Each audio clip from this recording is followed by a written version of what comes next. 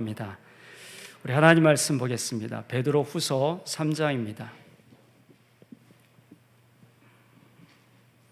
베드로 후서 3장 1절부터 13절까지 우리 한 절씩 교독하겠습니다.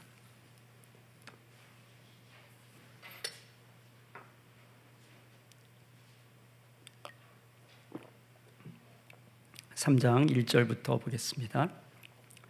사랑하는 자들아, 내가 이제 이 둘째 편지를 너희에게 쓰노니 이 두 편지로 너희의 진실한 마음을 일깨워 생각나게 하여 곧 거룩한 선지자들이 예언한 말씀과 주 되신 구주께서 너희의 사도들로 말미암아 명하신 것을 기억하게 하려 하노라.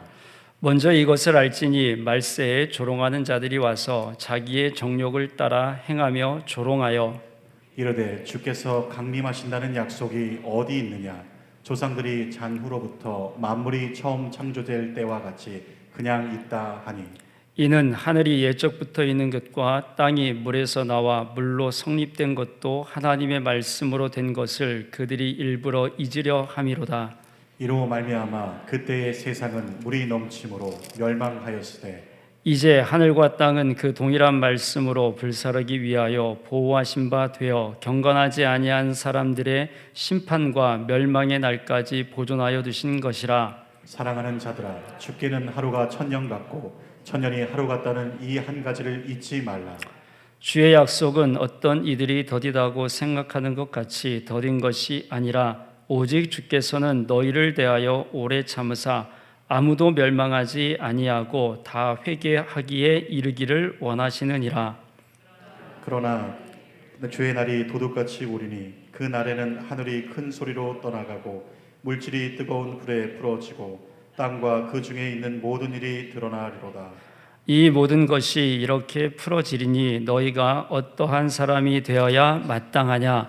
거룩한 행실과 경건함으로 하나님이 날이 임하기를 바라보고 간절히 사모하라. 그날에 하늘의 불에 타서 풀어지고 물질이 뜨거운 불에 녹아지려니와. 함께 있습니다. 우리는 그의 약속대로 의가 있는 새 하늘과 새 땅을 바라보는도다. 아멘. 거듭해서 간곡하게 무엇인가 말을 할 때 그러한 것을 가리켜서 신신당부한다라는 그런 말들을 쓰죠. 근데 전달하는 내용이 중요하거나 아니면 그 내용을 듣는 대상이 특별하면 그 말하는 정도하고 강도가 달라집니다. 정중하고 때로는 이제 예의 있게 말을 할 때도 있지만 경우에 따라서는 목소리를 한층 높여서 이렇게 해야 된다, 이렇게 하기를 바란다 하면서 이야기를 하죠. 또 한 번 말하는 것으로 그치는 것이 아니라 두 번, 세 번 될 때까지 계속 이야기하는 것도 봅니다. 왜 그럴까요? 그렇게 하는 마음에는 그 사람에 대한, 그것을 듣는 이에 대한 마음이 좀 각별하기 때문에 그렇습니다. 아무나 그냥 지나가는 사람이라면 이렇게 하세요 라고 말하고 안 하면 그냥 지나가면 되지라고 지나가면 됩니다. 하지만 그가 나에게 있어서 소중하고 귀하고 아주 특별한 존재로 있다면 그 말은 다르죠. 굉장히 다르고 간절해지고 간곡해지는 그런 경우를 봅니다. 오늘 본문 말씀도 베드로가 그런 심정을 담아 말씀해주고 있는 그런 내용입니다. 베드로 전 후서는 베드로가 본도, 갈라디아, 갑바도기아, 아시아, 비두니아 등지로 흩어진 성도들에게 쓴 편지입니다. 당시 이 편지를 읽었던 성도들은 예수 그리스도를 믿는다는 것 때문에 극심한 고난과 핍박을 받았고 옥에 갇히거나 죽음에 내몰리기도 했습니다. 온갖 멸시와 조롱을 겪어야 했으며 외면과 거절을 당하기도 했습니다. 이런 상황에 처해 있는 성도들이 어떤 삶을 살았을까요? 믿는다는 그 이유 하나 때문에 온갖 풍상들을 다 겪고 있으니까 두 가지 마음이 들었겠죠. 내가 계속 이것을 믿어야 되는가? 또 하나는 이것을 계속 믿는다면 나에게 지금 이 현재의 삶 가운데에서 얻어지는 유익이 뭐가 있는가? 내가 이렇게 고통을 받으면서 이 말씀을 따라 살아가는 것이 정말 필요한 것인가? 이런 갈등들을 하고 있었을 겁니다. 그런 그들에게 지금 베드로는 편지를 쓰면서 그 말을 그러한 상황에서도 어떻게 살아야 한다라는 것을 지금 전해주고 있습니다. 본문 1절 말씀에 보면 이렇게 말씀하고 있어요. 사랑하는 자들아, 내가 이제 이 둘째 편지를 너희에게 쓰노니 이 두 편지로 너희의 진실한 마음을 일깨워 생각나게 하길 원한다. 이렇게 말하고 있어요. 이 서두에서 사랑하는 자들아 이렇게 표현하고 있습니다. 편지를 받는 사람들을 이렇게 이야기하는 거 보면 베드로의 마음 가운데는 정말 애틋함과 간절함과 그들에 대한 어떤 애끓는 그 사랑의 마음이 이 안에 담겨 있다라고 볼 수 있어요. 그런데 그들이 박해, 고난, 핍박, 조롱, 멸시를 받고 있으니 편지를 하나하나 써나갈 때 마음이 어떻겠습니까? 편지를 써보셨나요? 지금은 뭐 문자 메시지 쓰기 때문에 그냥 이렇게 쓰시겠죠. 하지만 편지를 쓰면, 제가 처음 편지를 저희 아버지한테 편지를 썼을 때가 초등학교 4학년 때 편지를 쓴 적이 있어요. 그건 자의에 의해서 쓴 적이 있습니다. 아버지 어쩌고 저쩌고 저쩌고 이렇게 써서 이제 원고지 그때 10몇 장인가를 써서 이렇게 아버지한테 보내드렸어요. 내가 그 잠결에 들었는데 아버지가 그 편지를 읽으면서 기특하네 어쩌네 저쩌네 이런 어머니하고 이야기했던 그 기억이 납니다. 그럼 제가 그냥 쓴 편지인데 읽는 아버지하고 어머니의 마음은 좀 달랐던 것 같아요. 하지만 그 반대로 만일 아버지가 아니면 어머니가 저에게 편지를 쓴다라고 했을 때 그 한자 한자 적어가는 심정은, 더더군다나 제가 이 베드로 성도들과 베드로가 쓰고 있는 이 흩어져 있는 성도들과 같은 상황에 처해 있다면 편지를 한자 한자 적어가는 그 심정이 아마 철필로 바위를 긁어내듯 아마 그렇게 쓰지 않았을까 생각됩니다. 근데 이 편지를 쓰는 목적은 이렇습니다. 진실한 마음을 일깨워 생각나게 하기를 원한다. 이렇게 쓰고 있어요. 여기에서 일깨우다라는 말이 있는데, 일깨우다라는 말은 자극을 준다라는 뜻이에요. 자극을 계속 주는 거죠. 뭔가 어떤 상황이 있기 때문에 그 상황에 대해서 자극을 주어서 그들을 생각나게 해서 뭔가 바른 길로 이끌고 싶다 하는 이 마음이 지금 이 안에 표현되어 있는 겁니다. 그러면 무엇을 일깨우기 위해서, 무엇으로 자극하기 위해서, 또 무엇을 생각나게 하기 위해서 지금 베드로가 편지를 쓰고 있는가? 2절 말씀에 보면 이렇게 말씀해요. 거룩한 선지자들이 예언한 말씀과 주 되신 구주께서 너희의 사도로 말미암아 명하신 것을 기억나게 하기 위함이다.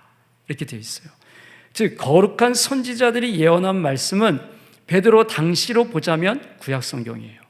그리고 주 되신 구주, 즉 예수 그리스도께서 사도로 말미암아 명하신 것들, 그러니까 오늘날로 보자면 신약 성경인 거죠. 예수 그리스도께서 가르치신 그 말씀들, 그것들을 구전으로 하나씩 하나씩 전했던 이 내용들을 너희들에게 계속 일깨워서 그 말씀으로 자꾸 자극을 주어서 무엇인가를 생각나게 하기를 원한다. 이렇게 지금 말씀하고 있는 겁니다. 그가 지금 생각나게 하는 것은 하나님의 말씀이에요. 왜 지금 이 상황 가운데에서 지금 괴롭고 힘들고 고통스러운 이 상황에서 하나님의 말씀으로 일깨우려고 하는가? 그리스도인의 바른 생각과 온전한 삶은 하나님의 말씀을 바로 아는 것에서 시작되기 때문에 그렇습니다. 그러므로 우리는 최우선적으로 하나님의 말씀을 가까이 두고 묵상하는 일을 게을리하지 말아야 합니다. 성경은 참된 은혜를 누리고 최고의 기쁨과 평안으로 인도하며 영원한 생명길로 이끌어주는 하나님의 선물입니다. 이것을 하나님의 말씀으로 우리가 믿는 것은 기적인 거죠. 그것도 한 번 읽는 것으로 그치는 것이 아니라 수차례, 수십 차례 읽어갈 때마다 그때마다 새롭게 다가오고 깨닫는 그 진리들이 있지 않습니까? 이 생명이 폭포수와 같이 쏟아지기 때문에 우리는 말씀을 묵상하고 하나님의 선하심과 탁월하심을 맛볼 수 있는 이 성경을 늘 가까이 해야 한다라는 거죠. 주님, 제게 성경을 읽고 싶은 마음, 성경 안에서 하나님의 선하심과 영광을 맛보고 싶어하는 갈망을 주옵소서. 어린아이들이 엄마의 젖을 사모하듯이 그렇게 주의 말씀을 사모하는 은혜를 제게 주옵소서. 이렇게 기도하면서 하나님의 말씀을 가까이 하는 그런 삶을 살아가시기를 바랍니다. 그것이 우리에게 가장 좋은, 또 가장 선한, 하나님께서 가장 기뻐하시는 길로 인도하는 삶의 지표가 되기 때문에 그런 거죠.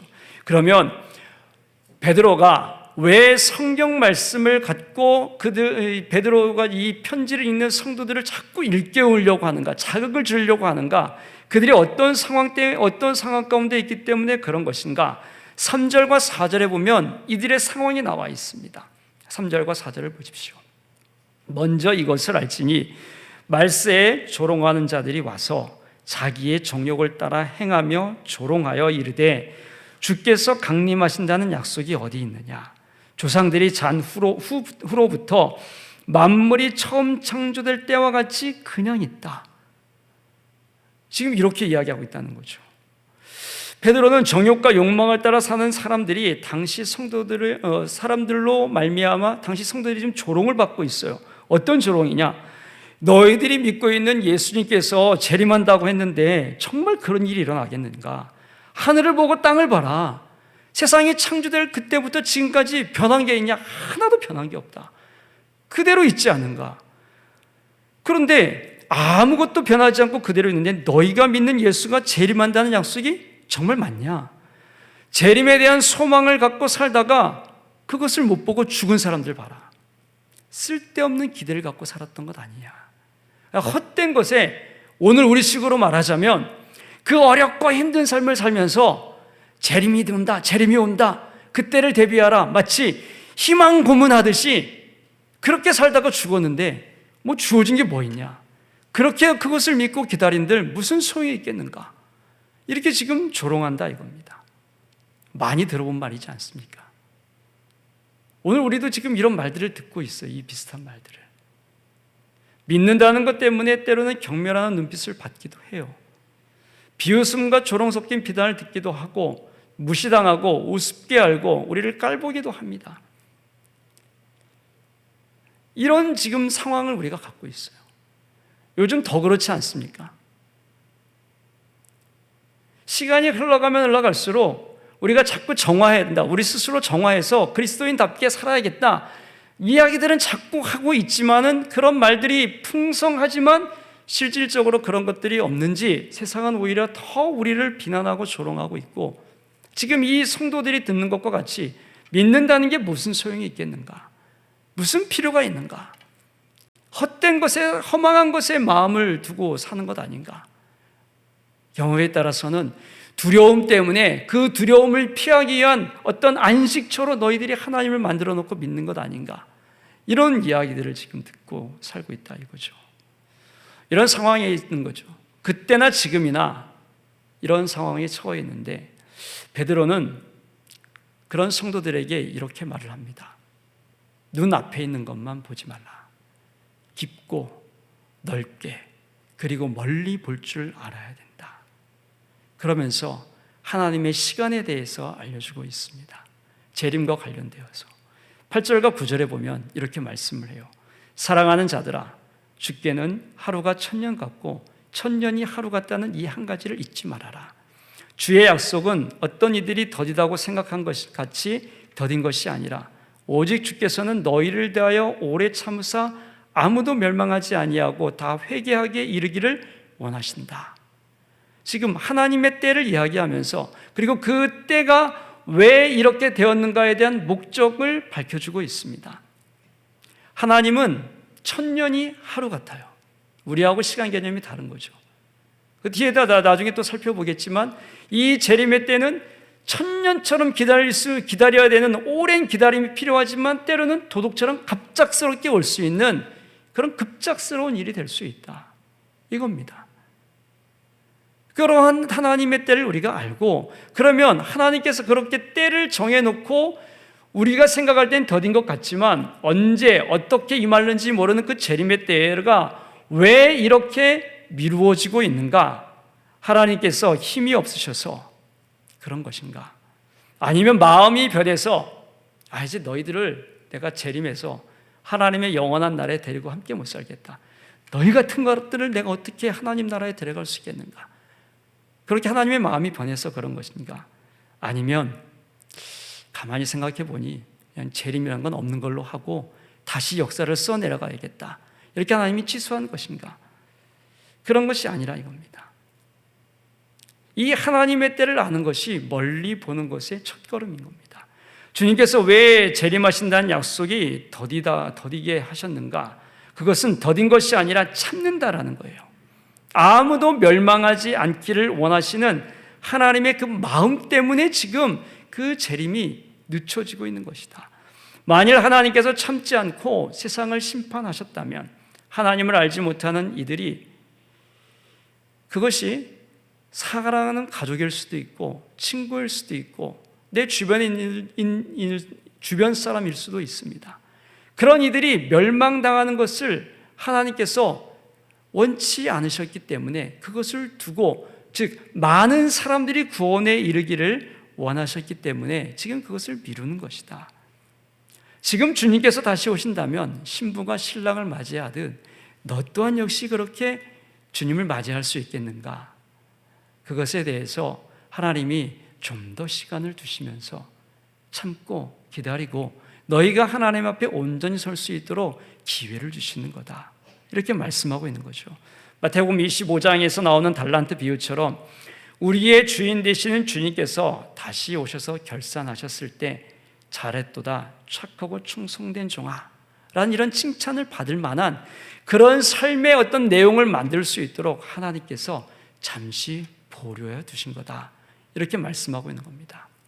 우리는 주의 말씀을 따라 아무리 성실하게 살아도 주님 앞에 선다는 것을 생각하면 늘 부족하고 연약하기 때문에 두려움이 앞서게 돼 있습니다.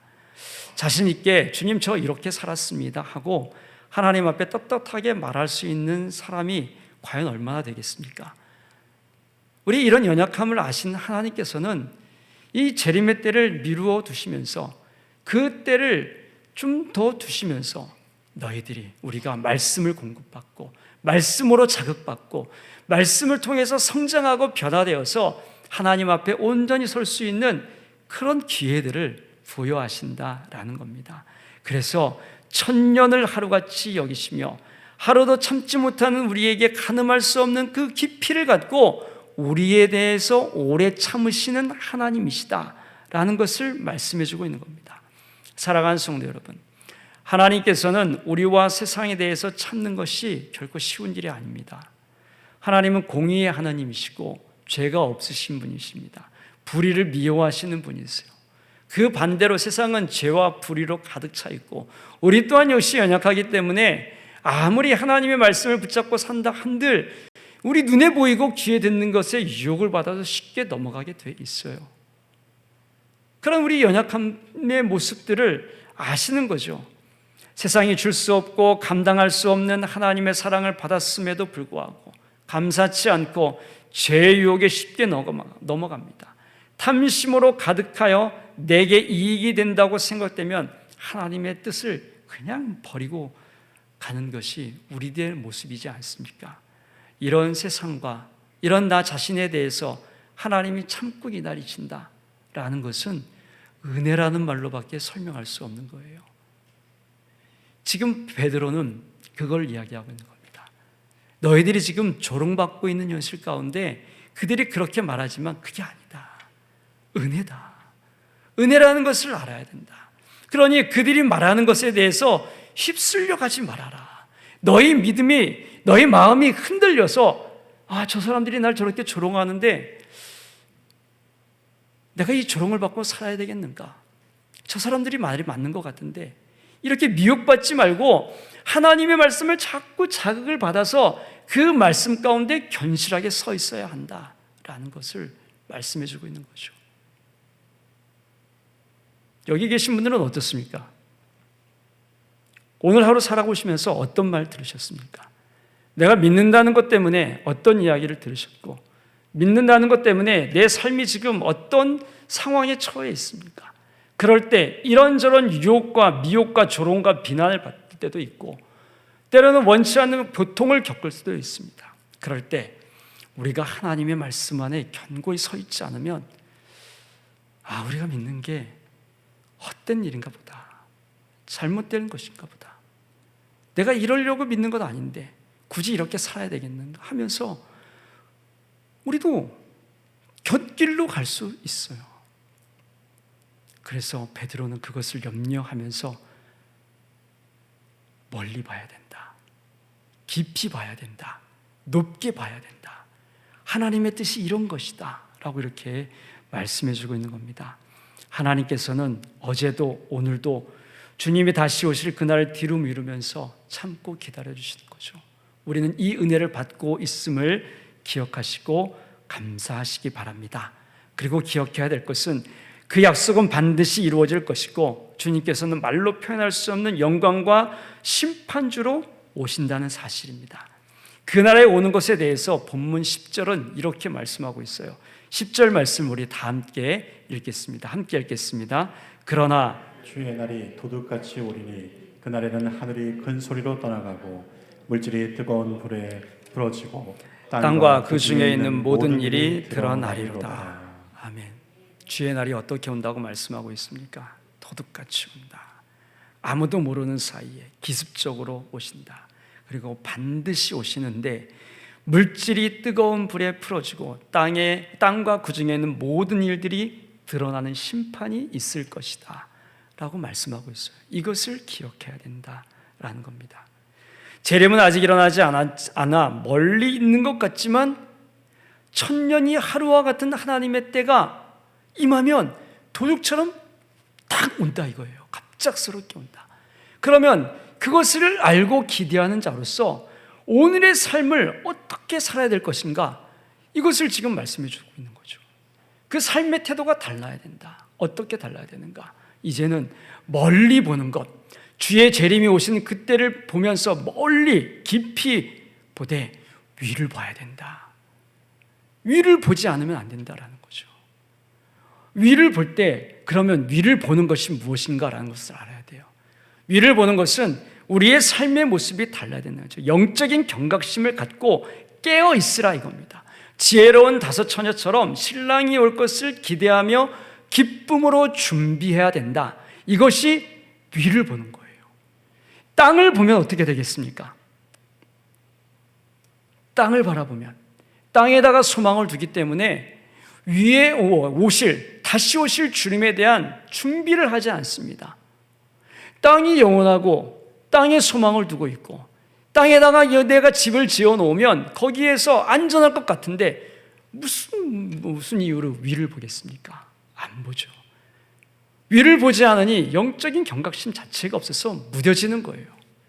그래서 세상의 즐거움과 그런 염려와 그런 걱정, 그리고 세상에서 누리는 것들만 온갖 눈에 혈안이 되어서 그것만 찾아보고 다니고 있는 그런 땅을 보는 사람이 될 수 있다 이겁니다. 영적인 경각심을 갖지 않으면. 그래서 베드로는 이렇게 말합니다. 12절과 13절 말씀에 보면 하나님의 날이 임하기를 바라봐라, 간절히 사모해라. 13절 말씀에 보면 새하늘과 새 땅을 바라보아야 한다 이렇게 말씀하고 있어요. 위를 바라보라 이거죠. 하나님의 날이 임하기를 바랄 뿐 아니라 간절히 사모하라고 합니다. 여기서 바라보다라는 말은 기대한다는 의미예요. 그리고 간절히 사모한다는 말은 얻으려고 애써야 한다는 거죠. 즉 베드로는 새하늘과 새 땅을 기대하며 간절히 사모하고 그것을 얻기 위해서 깨어 있어야 한다 이렇게 말씀하고 있어요. 우리는 땅을 바라보아서는 안 됩니다. 땅을 바라보는 자는 장차 우리에게 주어질 새 하늘과 새 땅의 영광을 볼 수가 없어요. 기대하지도 않아요. 땅이 좋은데 뭘 위를 보겠습니까? 근데 땅을만 바라보고 사는 삶의 결국이 어떻게 되겠습니까? 성경을 통해서 우리가 그것을 잘 알고 있잖아요. 그리고 그 결말이 어떠한가도 우리가 잘 알고 있잖아요. 그런데 안타까운 것은 아는 것으로만 그친다 이겁니다.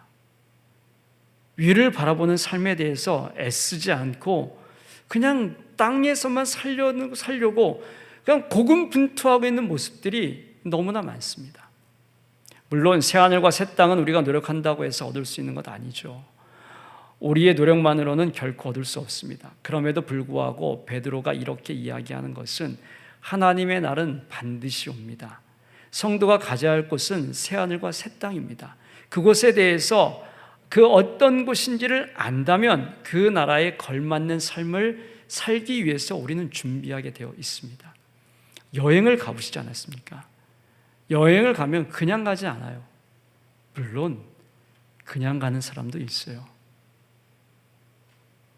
여행을 가면 그곳에 대해서 알아보고 어디를 가야 할지, 어떻게 가서 어느 곳에 가서 있어야 좋은 곳인지 다 알아보잖아요. 또 가본 사람에게 가서 귀로도 듣잖아요. 근데 우리는 하나님의 나라를 간다 이겁니다. 하나님의 나라에 가는데 아무런 준비를 하지 않는다라는 것은 뭘 반증하는 것이냐 하면 나는 지금 땅만 바라보고 사는 사람입니다 라는 것과 같은 거죠. 그래서 멀리 보는 것 못지않게 위를 바라보는 것이 중요합니다. 새하늘과 새 땅을 간절히 기대하는 성도가 어떤 삶을 살아야 하는 것을 사는가를 배우고 그렇게 살도록 힘쓸 수 있기 때문에 그렇습니다. 그러면 어떻게 살아야겠는가? 본문 11절에서는 우리에게 이렇게 말씀해요. 거룩한 행실과 경건함으로 살아야 된다. 근데 이것은 한 번만 그렇게 하고 마는 것이 아닙니다. 하나님의 거룩함에 이르도록 지속적으로 끊임없이 힘써야 된다라는 거죠. 그 기준은 말씀인 겁니다. 또 오늘 본문에서 말하는 경건함이라는 것은 하나님 앞에서 살아가는 삶의 태도입니다.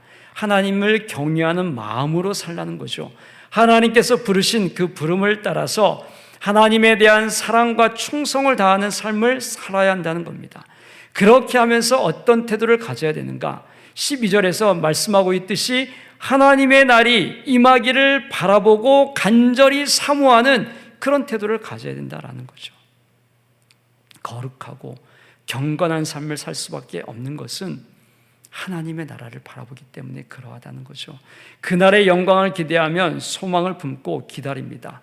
하루하루가 소망으로 쌓이기 때문에 당면한 현실을 뛰어넘을 수 있습니다. 그래서 그날을 사모하라고 합니다. 사랑하는 성도 여러분, 얼마나 사모하며 기다리고 계십니까? 혹 땅의 것이 너무 좋아서 주님 좀 늦게 오십시오, 그러지는 않으십니까? 아니면 현실을 도피하기 위해서 주님이 빨리 오셨으면 좋겠다는 그런 타협적인 마음을 갖고 계시는 것은 아닙니까? 오늘 말씀을 통해 우리에게 교훈해 주는 것은 지금 그 날을 빨리 오기를 기대하며 경건함과 거룩함을 이루도록 최선을 다하는 삶을 살아야 할 것이다. 이것이 하나님의 자녀의 삶이라는 거죠. 빛 대신 자녀로서 신랑 되신 주님께서 다시 오실 때까지 거룩한 삶을 살아야 하고 부르신 부름을 따라서 경건하고 충성된 삶을 살도록 힘써야 합니다. 바울은 로마서 13장 11절부터 14절에서 다음과 같이 말씀하고 있습니다. 우리 11절부터 14절까지 한 절씩 교독하겠습니다. 또한 너희가 이 시기를 알거니와 자다가 깰 때가 벌써 되었으니 이는 이제 우리의 구원이 처음 믿을 때보다 가까웠음이라. 밤이 깊고 낮이 가까웠으니 그러므로 우리가 어둠의 일을 벗고 빛의 갑옷을 입자. 낮에와 같이 단정히 행하고 방탕하거나 술 취하지 말며 음란하거나 호생하지 말며 다투거나 시기하지 말고 오직 주 예수로 옷 입고 정욕을 위하여 육신의 일을 도모하지 말아라. 이것이 우리에게 가르쳐주고 있는 교훈입니다. 우리가 해야 할 것이 분명하게 정해지지 않았습니까? 온갖 세상의 일을 버리고 육신의 일을 도모하는 것이 아니라 우리의 구원이 새하늘과 새 땅이 처음 믿을 때보다 가까워졌음을 알고 그 영광의 나라에 들어가기를 사모하며 하나님 나라에 하나님께서 부르신 그 부르심의 영광과 기쁨을 위해서 살아가야 합니다. 하나님을 향한 믿음을 갖고 위를 보고 하나님의 나라에 대한 소망을 품고 멀리 보는 그런 삶을 사는 것이 오늘 우리가 이 땅에서 살아야 된다는 거죠. 베드로가 처해 있는 이 상황에서 그들이 여러 고통과 힘들고 어려운 상황 가운데 있지만 그 상황에서 이렇게 사는 것이 너희들의 신앙을 지키는 길이다. 그리고 하나님의 때가 하루가 지나고 1년이 지나고 10년이 지나면 점점점 너희들은 가까워지는 것이니 그 날을 알고 그때를 준비하면서 언제든 오실 수 있는 그 주님을 맞이할 준비를 하는 것이 오늘을 살아가는 우리가 해야 할 바다라고 이렇게 말씀해 주고 있습니다. 사랑하는 성도 여러분, 한 해가 저물고 있어요. 새해가 이제 곧 다가오죠. 많은 것이 달라지고 많은 변화가 있겠죠. 하지만 변하지 않은 것은 하나입니다. 우리는 주님의 나라를 향해서 더 가까이 가고 있다라는 거죠. 그럼 그 때를 위해서 어떻게 준비하고 계시는가? 나 지금 뭘 준비하고 있는가? 내가 뭘 바라보고 있는가? 어디에 소망을 두고 있는가? 어디에 기대하고 있는가? 이것은 내가 지금 어떤 삶의 태도를 갖고 새 하늘과 새 땅을 준비하는가에 대한 여러분의 답인 겁니다. 한 해가 저물어가는 이 시점에서 우리는 우리의 삶을 돌아보아야 합니다. 그리고 우리의 삶을 잘 준비해 가야 합니다. 그리고 부족한 부분이 있으면 채워가야 합니다. 그리고 잘못된 부분이 있다면 그것을 고쳐갈 수 있도록 힘써야 합니다. 그러기 위해서 우리는 하나님의 말씀으로 계속 자극받아야 됩니다. 말씀으로 일깨워준다라고 했던 이 베드로의 권면, 이것이 오늘 우리에게도 해당된다는 것을 알고 주의 말씀을 자꾸 묵상하고 듣고 외우고 또 읊조리면서 하나님, 제가 하나님의 나라를 준비할 수 있는 성도로서의 온전한 삶을 살아갈 수 있도록 해주십시오. 거룩함과 경건함을 이루어가게 하시고 새하늘과 새 땅을 바라볼 수 있는 그 믿음의 시선을 저에게 허락해 주시고 어떤 상황에서도 조롱과 핍박과 고난과 고통을 겪는 그 상황 가운데서도 주의 말씀 붙잡고 흔들리지 않는 그런 삶을 살게 해달라고 기도하시기 바랍니다. 그렇게 우리의 삶을 살아내어서 주님이 오시는 그날 영광스럽게 주님을 맞이한다면 이보다 값지고 귀하고 소중한 은혜가 어디 있겠습니까?